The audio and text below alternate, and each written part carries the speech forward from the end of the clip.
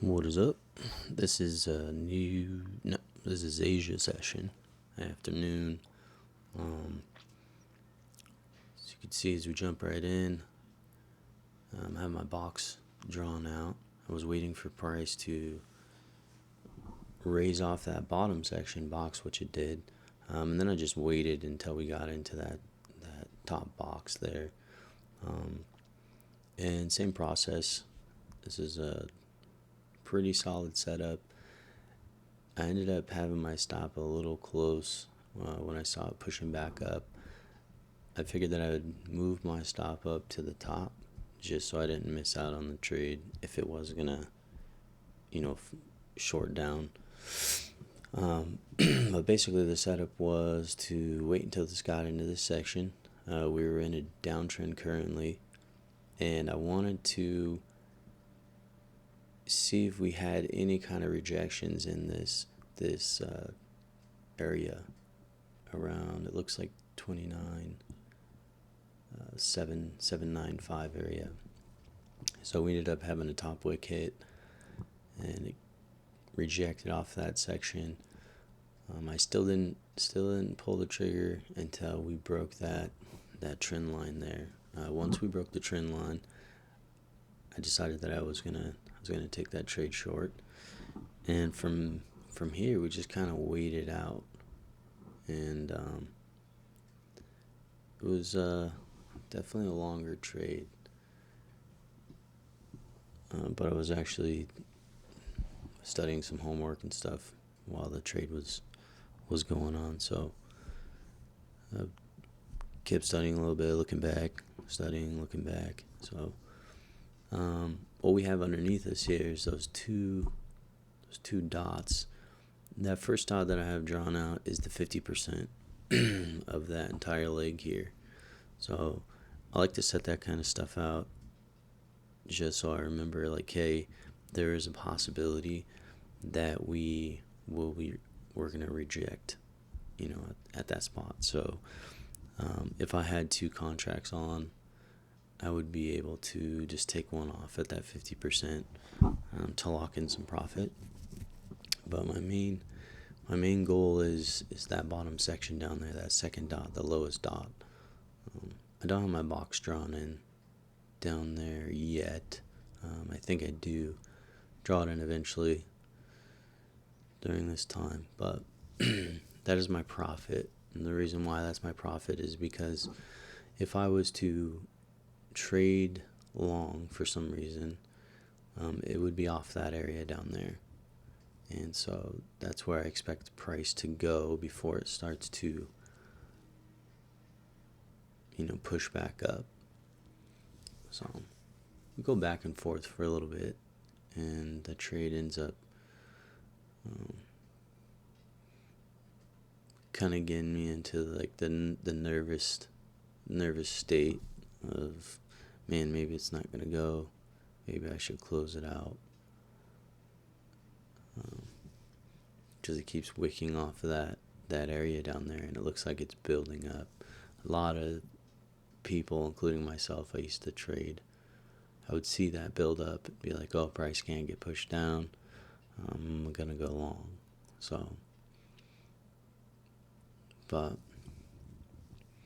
trusting my style, knowing that, I'm not gonna win them all, and that, this could blow up from that section, even though, I'm short. I have my stop in place, and hopefully it doesn't press past it too much if that does happen.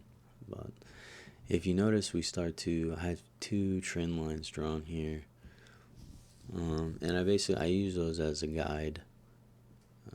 I don't just take trades if they break.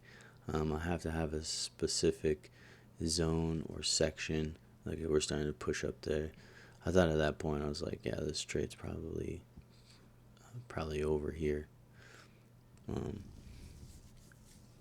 But as far as the trend lines, I don't use them. I don't just take a trade when they break anywhere. There's certain levels that I'm watching that I've studied for a very long time, and I've noticed constant rejection at those levels. Obviously not always, but enough to profit from it if I'm correct. And that level drawn there at the top, that box is an example. So as the price got into that level, I was expecting a rejection, and I just needed to see that. I used the trend line to I guess you could say kind of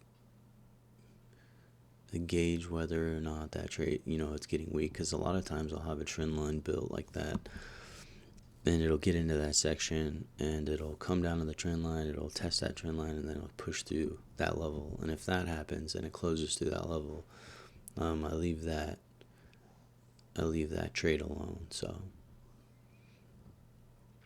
and then I wait for another setup. Sometimes it'll break through with a candle, and then wick down, and usually that's all get stopped out. So, but yeah, this trade, see if we can speed it up a little bit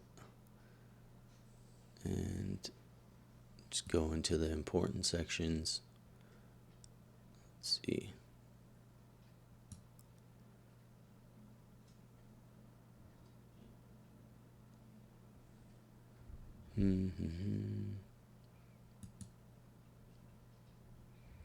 Yeah, no. I'm not going to be able to speed this up.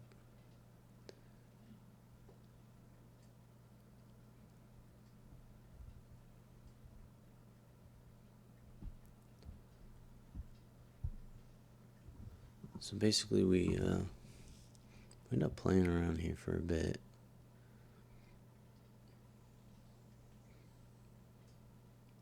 And as I see it start to break that 29,786 area, get a little bit more confident on the trade, meaning that, people are pushing it up from that level, and it's not responding the way the buyers want it to. So when it breaks that small little section there, I feel definitely a little bit more confident about the trade.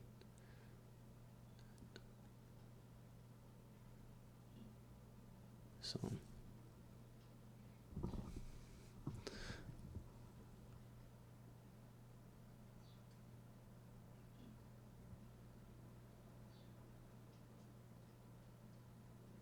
I'm gonna speed this up and chop it. That's what I'm gonna do. So this part of the video, I just chopped the other section out, but basically we've made our way down now. And as you can see, that first wick hitting that dot I have set out there is the 50%. You can see how I rejected that 50, started to push back up, and then I just drew a trend line, going down from the top. I wanted to see how well the price action followed the trend line down, or if once it broke this trend line to the upside, if I was going to get stopped out. So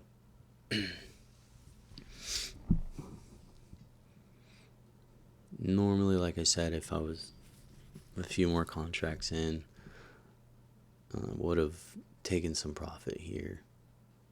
And sometimes that helps me, sometimes that hurts me. It just depends.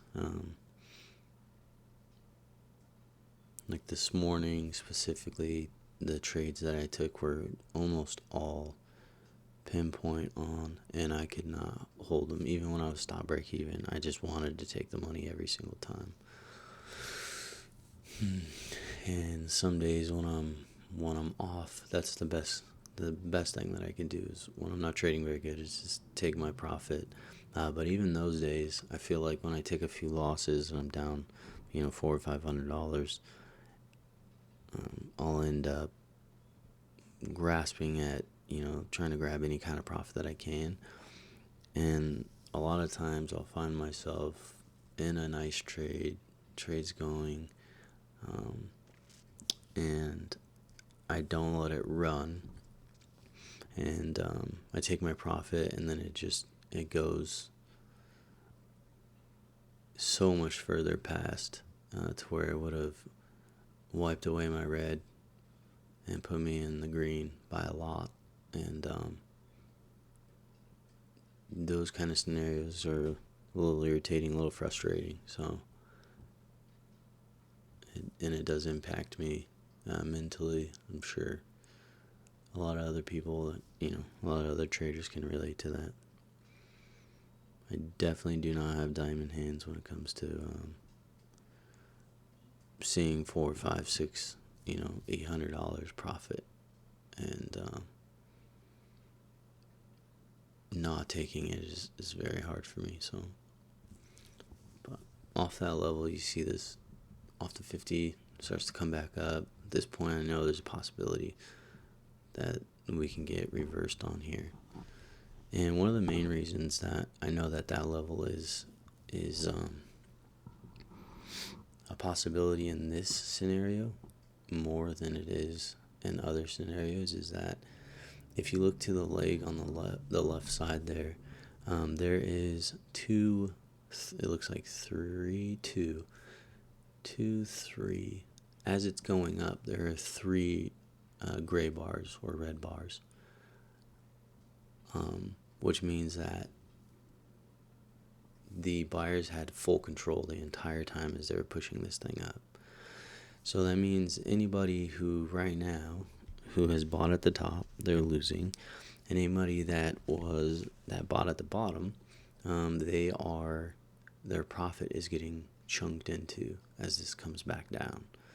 So a lot of times at this style leg, the way that this looks as far as how many green there are to red, you'll find a nice reversal in there. But I stopped trading the 50% as much because I've noticed that the data showed me that these trades will usually go the distance. So as you can see, this here is just